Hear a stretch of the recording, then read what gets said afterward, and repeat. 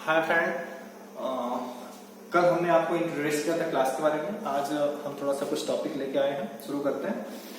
तो ज़्यादा टाइम नहीं लेते, कोई बातें नहीं करनी।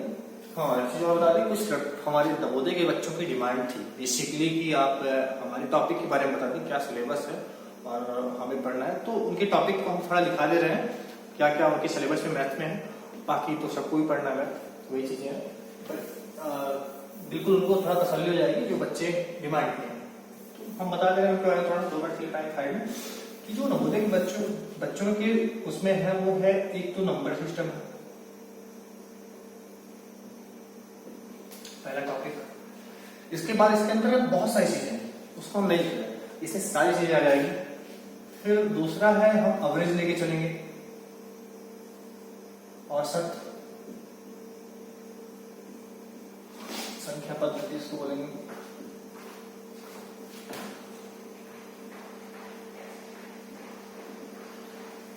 फिर लेके चलेंगे हम परसेंटेज, प्रतिशतता। नेक्स्ट टॉपिक लेके चलेंगे हम टाइम एंड वर्क।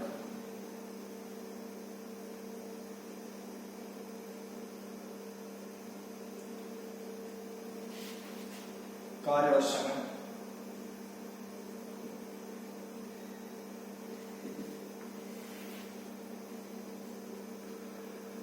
फिर टाइम एंड डिस्टेंस।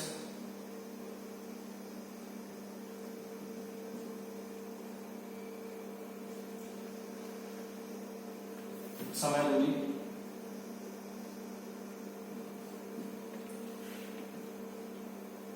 फिर परसेंटेज लिया हमने, प्रॉफिट लॉस ले लेंगे।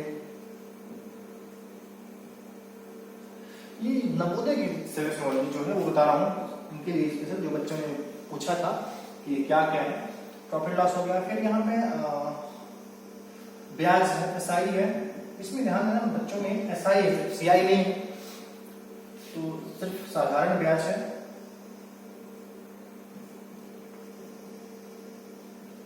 हालांकि हम सीआईएसआई पूरा कंप्लीट करेंगे इसको, पर इनके लिए जो स्पेशली बच्चों के लिए है वो उनके इसमें यही कर सकते हैं।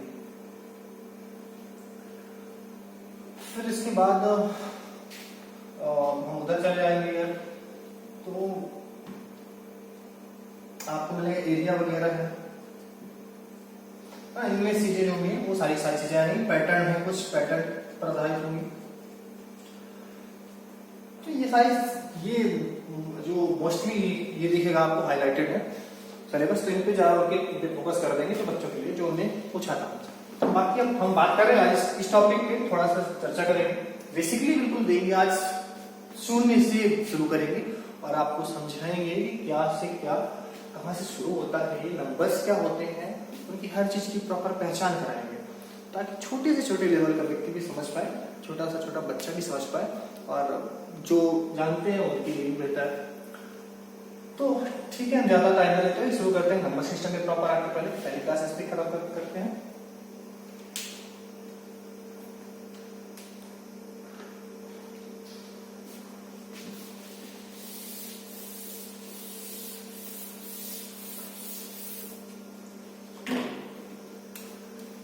तो नंबर सिस्टम बात करें थोड़ा सा,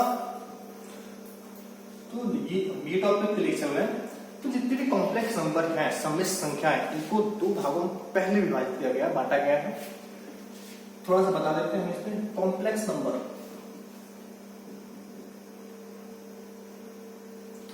सम्मिश्र संख्याएं,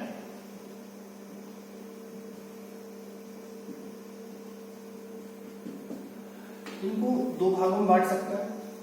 एक तो रियल नंबर, एक इमेजिनरी नंबर। तो रियल नंबर में बात करेंगे, एक रियल नंबर, एक इमेजिनरी नंबर।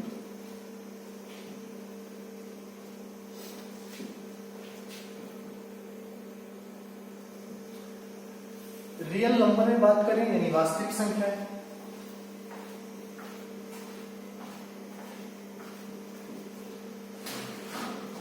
हम सिर्फ प्रॉपर इसमें परिचय दे रहे हैं और वास्तविक संख्या।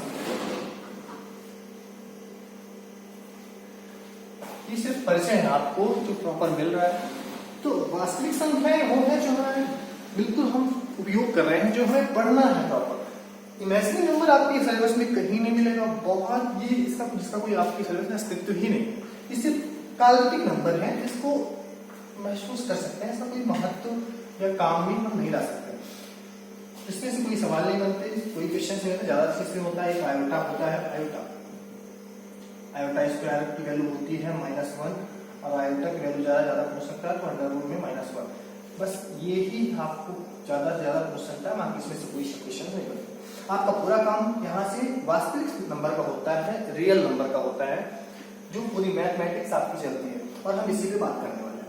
तो रियल नंबर जो है, रियल नंबर होते हैं पूरे नंबर्स जो आप जानते हो 1 2 3, है ना। ये तो आम भाषा में बात करें, प्रॉपरली मैथमेटिकल में बात करें तो -इंफिनिटी से लेके और +इंफिनिटी तक जितने भी नंबर्स हैं ये रियल नंबर के अंतर्गत आते हैं। हम इन पे बात कर रहे हैं, इस पे कोई हमारा सिलेबस से बाहर की बातें हैं तो इसमें कोई बात नहीं करेंगे।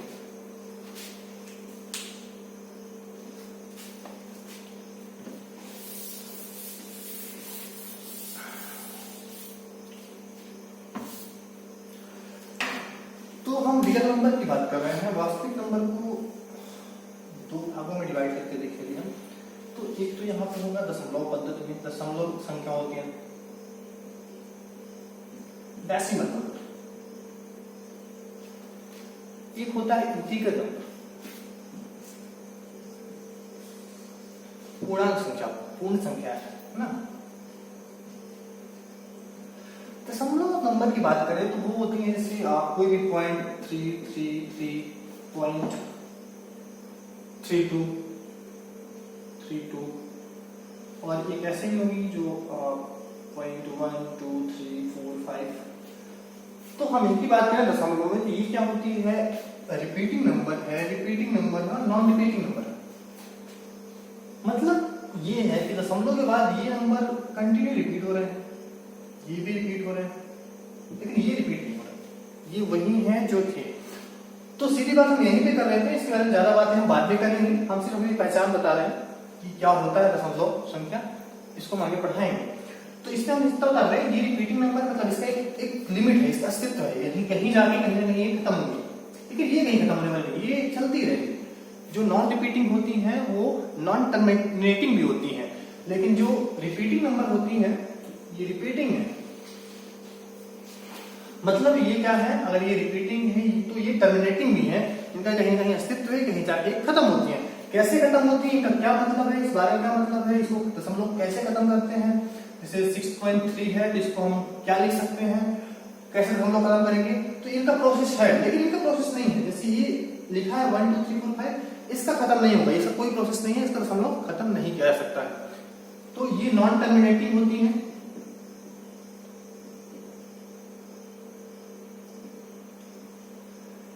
क्योंकि ये नॉन रिपीटिंग नंबर होते हैं,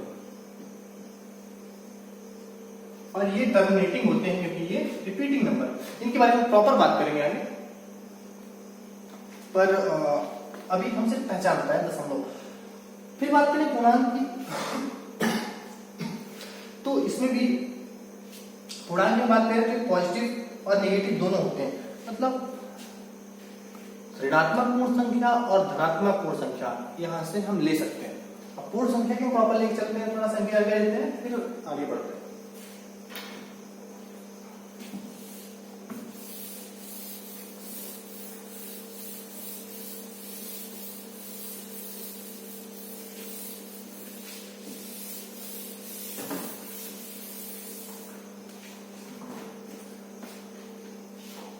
तो पूर्ण संख्या में बात करें हम,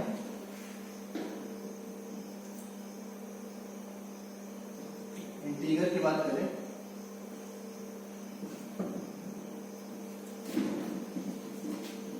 इसमें से आपको बहुत सारे नंबर्स मिलेंगे। अब पूर्ण संख्या धनात्मक भी होते हैं, ऋणात्मक भी होते हैं, हम ये बात कर रहे हैं पहले। तो यहां से लेके चलिए थी, तो एक तो ऐसे ले सकते हैं आप पॉजिटिव 0 पूर्णांक संख्या और नेगेटिव पूर्णांक संख्या, धनात्मक बोल सकते हैं, धनात्मक पूर्णांक संख्या, शून्य पूर्णांक संख्या, सिर्फ पता रहे होता क्या क्या, और एक ऋणात्मक पूर्णांक संख्या।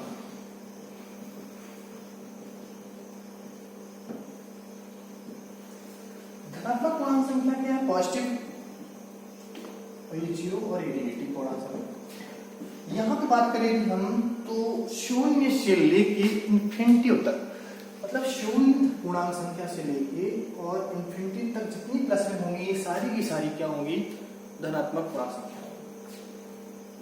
एक है शून्य पूर्णांक संख्या, प्रॉपर अपने आप में शून्य है, और एक है इधर ऋणात्मक, मतलब ये माइनस इन्फिनिटी से लेके -1 तक ऋणात्मक पूर्णांक संख्या है। बहुत छोटी जानकारी है क्योंकि छोटा स्टार्टिंग यहीं से करते हैं, जो बच्चे हैं उनके लिए जानकारी जरूरी है, क्योंकि पूछ सकता है ऐसे भी कि सबसे छोटी पूर्ण संख्या कौन सी है ना, सबसे बड़ी पूर्ण संख्या क्या क्या है, कैसी कैसी, ये सब जानकारी देनी पड़ेगी। तो हम आगे बात करेंगे, इसमें बस इतनी बातें थी। आगे अब बात करें पूर्णांक संख्याओं की, धनात्मक पूर्णांक संख्याओं की।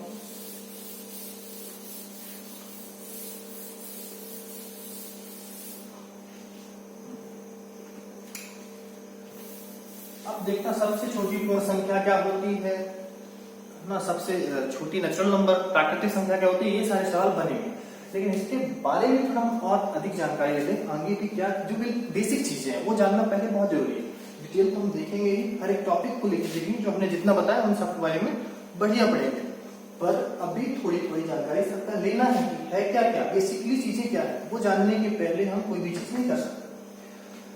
तो अब हम यदि बात करें, जैसे नंबर्स की बात हमने कर ली, पहचान ली, अब आगे क्या है कि प्राइम नंबर देख लें और भाज्य भाज्य के साथ साथ करें, तो हम ये थोड़ा देख लें। जैसे नंबर्स तो हम जानेंगे, नंबर्स जानने के पहले कि जो फेस वैल्यू क्या है, स्थानीय मान, जाति मान जानना जरूरी है, इसके बाद ही आगे हम कुछ कर सकते हैं। तो हम पहले तो स्थानीय मान और जाति मान की बात कर लेते हैं। जाति मान,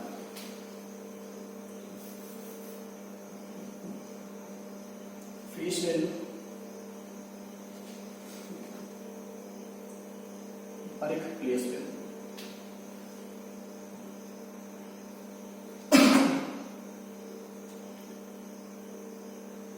फेस वैल्यू और प्लेस वैल्यू की बात करेंगे।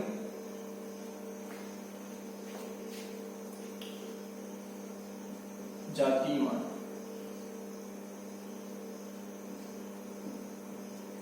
स्थानीय मान।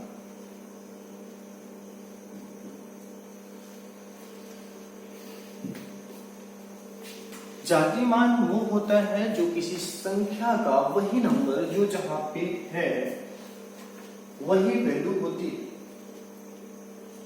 और स्थानीय मान वो होता है जो जिस स्थान पे है। जैसे हम बात करें एग्जांपल पे, ज्यादा बच्चों को समझ आएगा आपको, तो लिखते हैं 2 4 5, तो 4 का जाति मान क्या होगा? तो 4 ही होगा।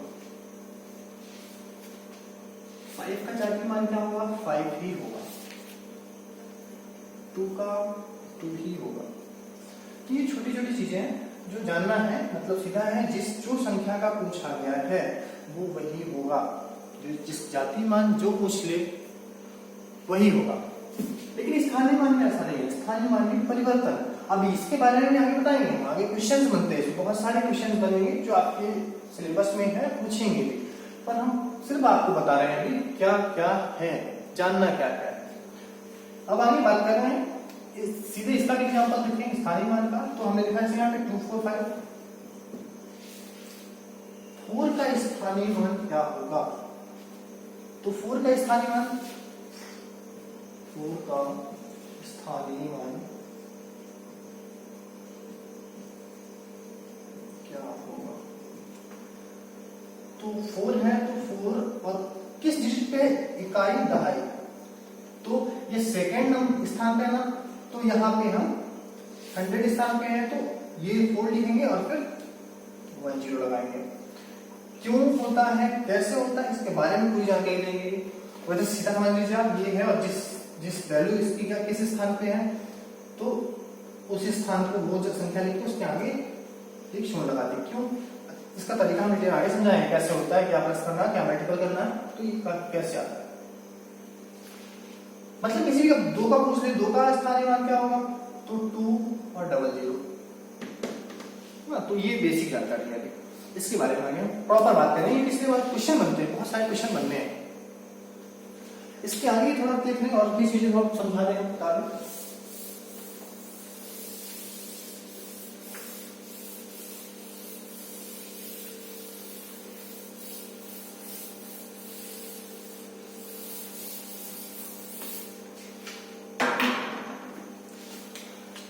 अब यहाँ ये बात आ गई है, तो अब यहाँ पे जानना बहुत जरूरी है, सम संख्या विषम संख्या क्या होती है, फिर इवन ऑड के साथ साथ भाज्य अभाज्य संख्या क्या है, तो ये जानना पहले जरूरी है। तो यहाँ पे सम संख्या की बात करें, सम संख्या बिल्कुल प्रॉपर जानकारी, और विषम संख्या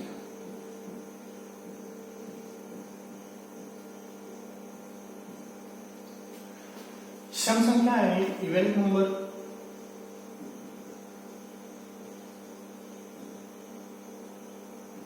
एंड विषम इन ऑड।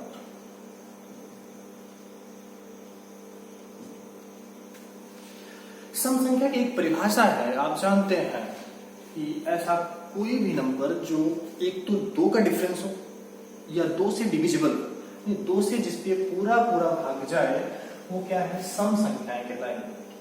तो एक तो बहुत बड़ा कंफ्यूजन बच्चों में होता है कि शून्य एक सम संख्या है या विषम संख्या है। ये बड़ा अच्छा सवाल है, हालांकि इससे ये क्वेश्चन बहुत कम पूछा जाता है, लेकिन ये सवाल उठता है कि शून्य सम है या विषम, यानी इवन है और है। तो शून्य एक सम संख्या है, कैसे वो मैं बता रहा हूं थोड़ा सा। इसका मतलब होता है 0, 2, 4, 6, 10।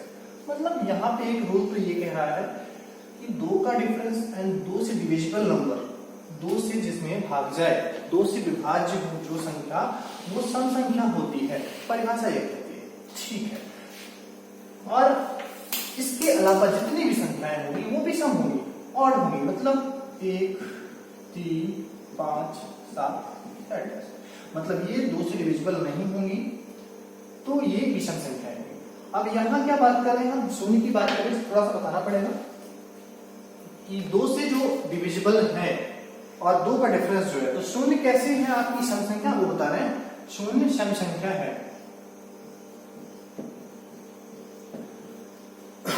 तो नियम क्या कहता है कि जो संख्या, पहला नियम कहता है जो संख्या 2 से विभाजित हो, यानी 2 से डिविजिबल हो, वो सम संख्या होती है।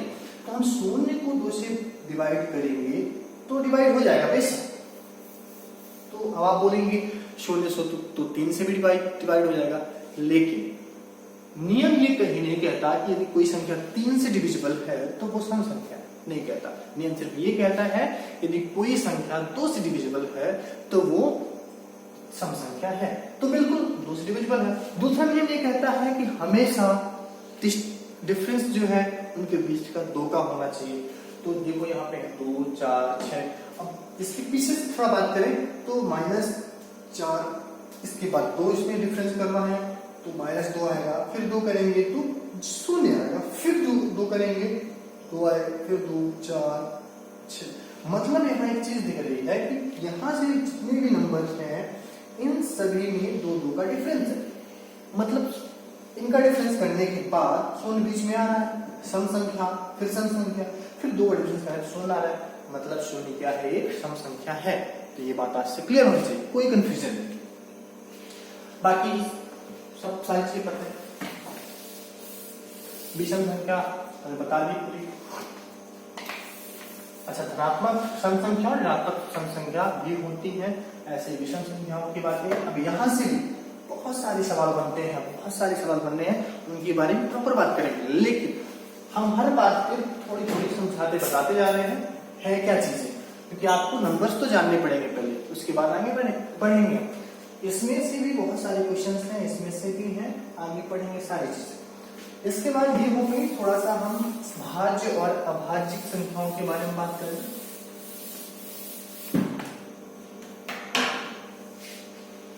भाज्य संख्या,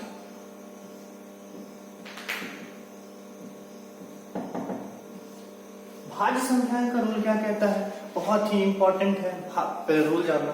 भाज्य संख्याएं वो होती हैं जो खुद से, एक से, उसके अलावा किसी अन्य एक संख्या से अगर वो डिविजिबल है तो वो भाज्य संख्याएं होंगी। क्या? खुद से, एक से, उसके अलावा किसी भी एक संख्या से यदि वो डिविजिबल है, भाज्य है, कट रही है, उनमें भाग जा रहा है, तो वो भाज्य संख्याएं होंगी। देखते हैं, जैसे 1, 2, 3, 4, 5, 6। यहां पे एग्जाम्पल देखते हैं, इनमें से कौन सी भाज्य है, कौन सी अभाज्य। तो देखना, 1 में किसका भाग जा रहा है, 1 का जा रहा है, सिर्फ और सिर्फ 1 का जा रहा है। इसके अलावा खुद भी 1 ही है, तो ये तो भाज्य हो ही सकती है। 1 के बारे में प्रॉपर बात करेंगे। 2 की बात करें तो इसमें सिर्फ 2 का भाग जा रहा है, खुद 2 है, मतलब सेल्फ डिविजिबल एंड 1 से डिविजिबल, तो 2 है। लेकिन इसका परिभाषा कहती है ये 2 कंडीशन के अलावा तीसरी कंडीशन भी होनी चाहिए। तो इसमें कोई ऐसी कंडीशन नहीं है जो इसको डिवाइड कर सके, मतलब ये भाज्य संख्या नहीं, ये भी नहीं। 3 में भी वही हाल है, सेल्फ से डिविजिबल है 3 से ही और 1 से। इसके अलावा कोई भी ऐसी संख्या नहीं है जो 3 को डिविजिबल कर सके, मतलब ये भी नहीं हो सकती।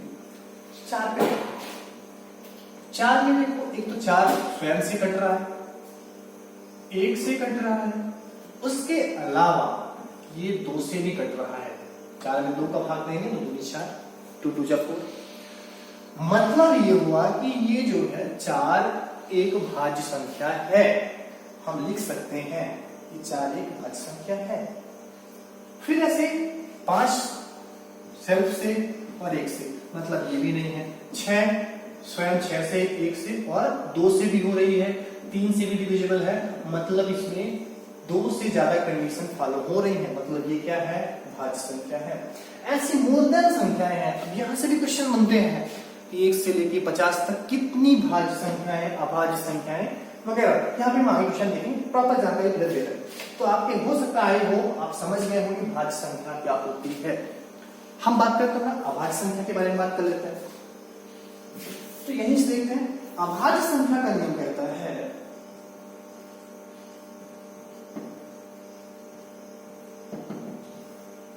कि जो खुद से डिविजिबल हो और 1 से डिविजिबल हो। तो वैसे भी इनके अलावा और भाज्य संख्याओं के अलावा और 1 के अलावा जितनी भी संख्या है निश्चित तौर पे अभाज्य संख्याएं हैं। पर एक नियम कहता है जो स्वयं से डिविजिबल हो और साथ में 1 से, ये नियम कहता है। तो ऐसी संख्याएं हैं, आपको हमने बताया ऊपर, 2 है, 3 है, 5 है। तो अभाज्य संख्या 2, 5, 2, 3, 5। इससे क्वेश्चन बेशक बनते हैं अभाज्य संख्याओं से, सिर्फ जानकारी के लिए आपके, लेकिन जिससे बहुत क्वेश्चन बनते हैं, बड़े बेसिक क्वेश्चन बनते हैं और समझना जरूरी है। और इसको कुछ चीजें इसमें से याद भी करनी पड़ेंगी, हालांकि हम कुछ रूल्स बताएंगे आगे पढ़ेंगे। तो अब आगे इसमें बात करें, इसके साथ हम बात करेंगे एक क्या है। सवाल होता है, हमने सारी बातें कर ली, एक तो लिया ही नहीं। तो देखो, एक ना तो भाज्य है ना तो, अच्छा इसकी पहले बात करें अभाज्य में। ये क्वेश्चन बनता है सबसे छोटी अभाज्य संख्या कौन सी है। तो सबसे छोटी अभाज्य संख्या 2 है और एकमात्र ऐसी संख्या है जो इवन है, सम संख्या है। एकमात्र पूरे अभाज्य संख्या में एकमात्र 2 ही ऐसी संख्या है जो सम संख्या है, बाकी सारी संख्या विषम होगी, लेकिन एकमात्र ये संख्या है और सबसे छोटी अभाज्य संख्या भी है। इससे बहुत लड़कों को कंफ्यूजन हो जाता है, भ्रम में पड़ जाते हैं कि 2 तो सम संख्या है, यह अभाज्य कैसे हो सकती है। तो बिल्कुल बहुत सारे ऑप्शन आने पे कंफ्यूज होकर भ्रमित होकर बच्चे 3 से स्टार्ट कर देते हैं, मान लेते हैं, 2 नहीं मानते। लेकिन ये सिर्फ भ्रम है, क्योंकि ये रूल हमने जो बताया वो रूल देख रहे हैं आप, यहाँ फॉलो किया है, अभाज्यता का नियम फॉलो कर रहा है। तो सबसे छोटी अभाज्य संख्या 2 है और ऐसी कौन सी संख्या है जो अभाज्य भी है और सम भी है, तो एकमात्र 2 है। ठीक है, इसके आगे हम बात करेंगे कि बहुत क्वेश्चन बनेंगे, बड़े प्यारे क्वेश्चन बनते हैं कि 1 से लेकर 50 तक कितनी अभाज्य संख्या है, 1 से लेकर 100 तक कितनी अभाज्य संख्या है। बहुत प्यारे क्वेश्चन बनते हैं जो इंपॉर्टेंट भी है। तो आगे देखिए, अब हम बात करें थोड़ा एक क्या है, मैं थोड़ा स्पीड ज्यादा मेरी हो जाती है, उसके लिए क्षमा करें, कोशिश करेंगे मैनेज करने की, बच्चों के साथ चलने की। तो एक की बात करें, एक क्या है, देखो एक यहाँ पे ना तो भाज्य संख्या है ना ही अभाज्य संख्या है, क्योंकि ये ना तो ये नियम फॉलो कर रहा है ना तो ये नियम फॉलो कर रहा है। कैसे हम बात कर रहे हैं, यहां देखा एक नियम क्या कह रहा है, नियम के अनुसार कि एक तो स्वयं से कटना चाहिए, एक से कटना चाहिए, तो एक डिविजिबल किससे है, 1 से, और खुद भी 1 ही है, और तीसरे के कोई सवाल नहीं उठता। तो ये पूरी कंडीशन ये खुद ही फॉलो कर रहा है। तो हम कैसे कह सकते हैं, कोई नियम ना तो भाज्यता का नियम फॉलो कर रहा है ना अभाज्यता का, तो ये तो ना भाज्य है ना ही अभाज्य। ये भी एक कंफ्यूजन होता है बच्चों में कि जब पूछता है सब्स्टिट्यूट अभाज्य संख्या क्या है, तो अनुभव के अभाव के कारण बच्चे एक ऑप्शन भी टिक करते हैं। तो ये बिल्कुल समझने की बात है कि एक ना भाज्य संख्या है और ना ही अभाज्य संख्या।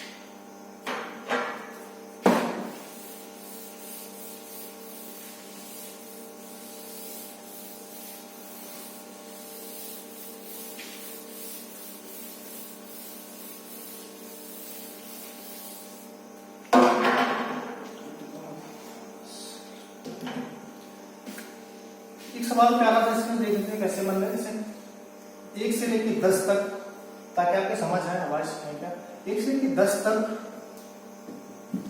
कितनी अभाज्य संख्याएं हैं।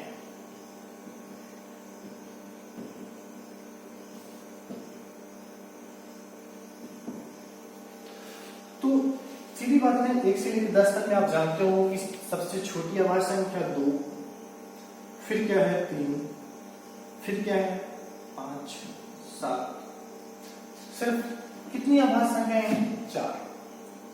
तो आपको आंसर देना पड़ेगा 1 से लेकर 10 तक 4 अभाज्य संख्याएं हैं। इसमें टफ क्वेश्चन भी बनते हैं, जैसे वैसे पूछ सकता है कि 1 से लेकर 10 तक की अभाज्य संख्या और 10 से लेकर 20 तक की अभाज्य संख्याओं की योग का अंतर क्या होगा।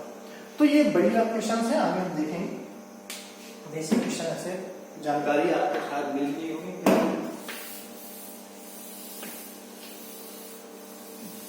तो बाकी चीजें हम नेक्स्ट क्लास में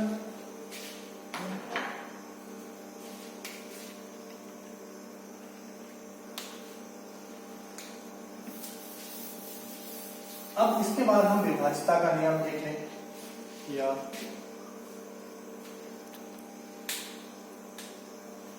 पांच को बस अगली क्लास लेते हैं। क्या बोल रहे हैं?